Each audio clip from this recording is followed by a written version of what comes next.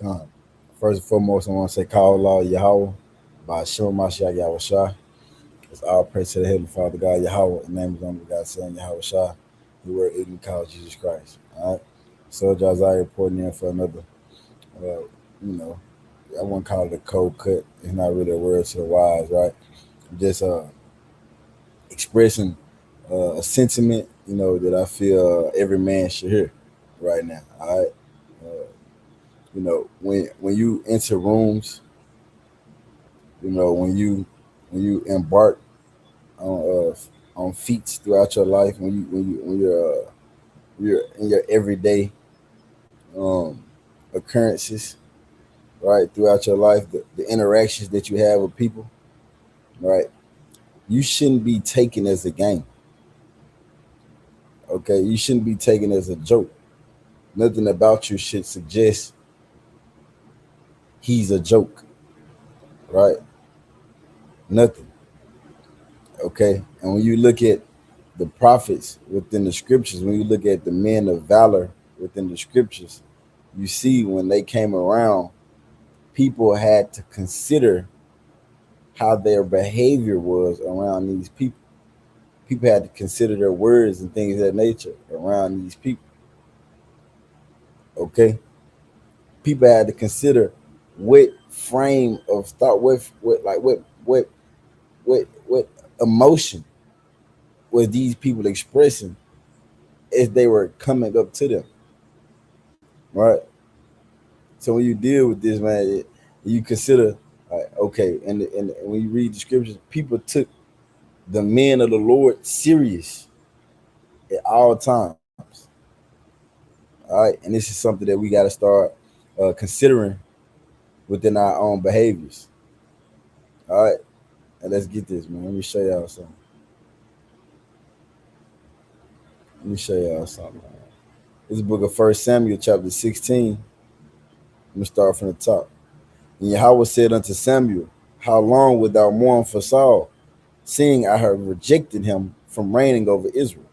Right. So this is a situation where after David slew Saul, the Samuel was in a state of mourning because Samuel loved Saul. Saul was the king of Samuel. And so it says what? Fill thine horn with oil and go. I will send thee to Jesse the Bethlehemite, for I have provided me a king among his sons. Okay. It says what? And Samuel said, how can I go? If Saul hear it, he will kill me. And Yahweh said, take an heifer with thee and say, I am come to sacrifice to Yahweh. Right? So Samuel didn't really want to go against Saul in this instance, right? Verse 3. It says, and call Jesse to the sacrifice, and I will show thee what thou shalt do. And thou shalt anoint unto me him whom I name unto thee. Right? Which we know he's talking about David. Verse 4, check this out. And Samuel did that which Yahweh spake, and came to Bethlehem, and the elders of the town trembled at his coming, and said, comest thou peaceably? Right? So when you deal with the respect and the reverence that the people of Bethlehem had for Samuel, the elders of the town trembled at his coming. They don't sound like somebody that you take for a joke. They sound like everywhere this man goes, where grown ass men are asking him when he walks up, are you coming in peace or are you finna slay somebody?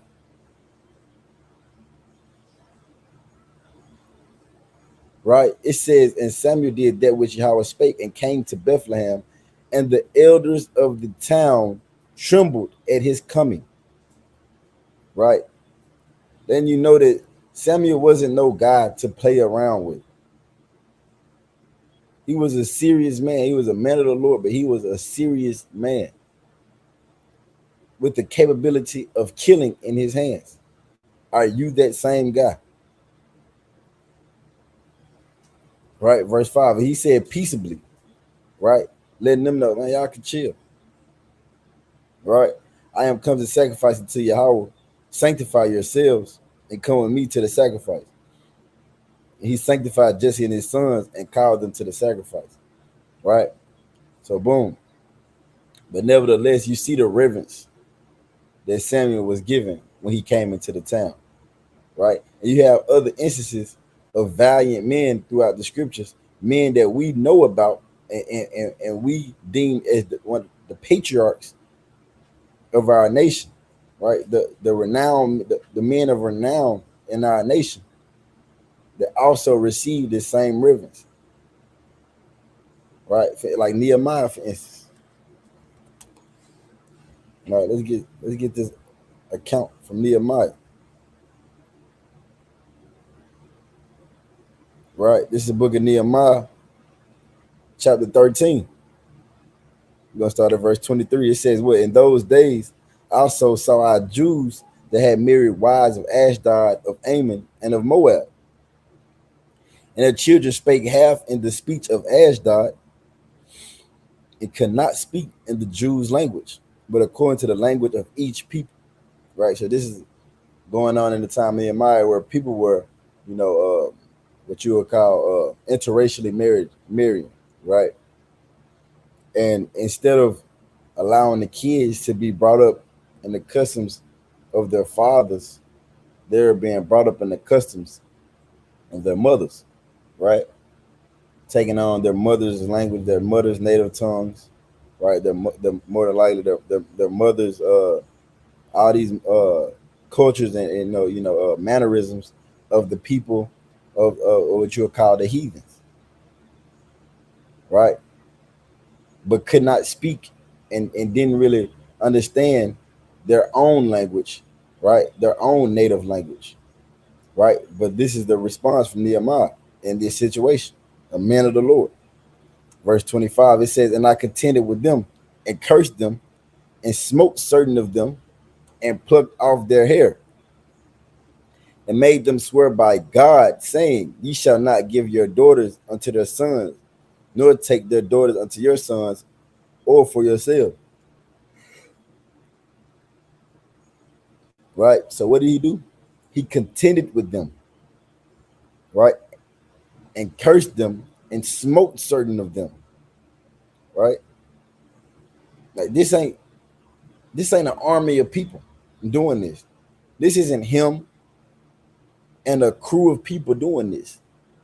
This is him alone going about one by one, contending with all the people that were behaving in this manner, cursing them out, arguing with them, hitting them, even to the extent of grabbing them by the hair and plucking their hair out, right? Pulling their hair so damn hard that their hair is coming out. To the extent where they all swore by the name of God that they would not allow this to be the situation.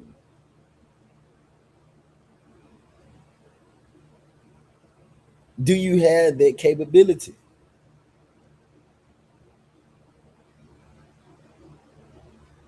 Would you come around and people take you as a joke? Which one is it?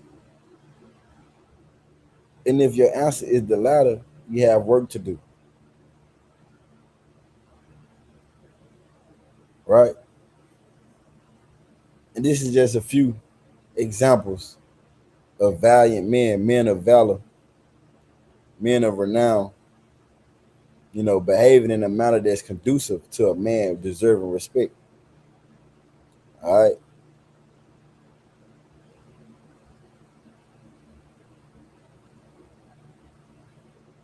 You know, I'm not sure what you would prefer to be known as, within your existence.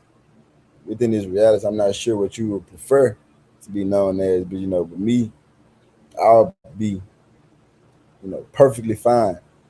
When I walk into a room, people shut the fuck up and think, damn, I hope he's in a good mood. Right? And when they see I'm in a good mood, I'm still embraced and it's still love, but the level of respect shown is to the utmost, right? Consider yourself and consider when you walk in a room, how are you welcomed? How are you perceived? Because if you think it means nothing, you're fooling yourself, right?